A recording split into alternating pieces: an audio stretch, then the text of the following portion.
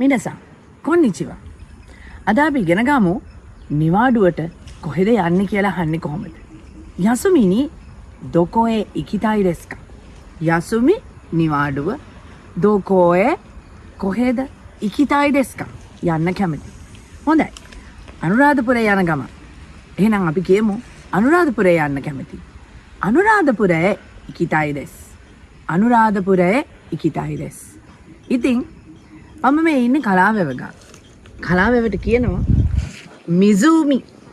මිසූමි. ඉතින් උමි කියන්නේ මුහුද. හැබැයි මිසූමි කියන්නේ ජලාශයට. එතකොට උමි කියන වචනේ මිසූමි කියන වචනේ දෙකක්. එමනම් අද අපි යමු මිසූමියේ ඉකිතායි දෙස්ස. යසුමිනි දොකෝ ඉකිතායි දෙස්ස කා? මිසූමියේ ඉකිතායි දෙස්ස.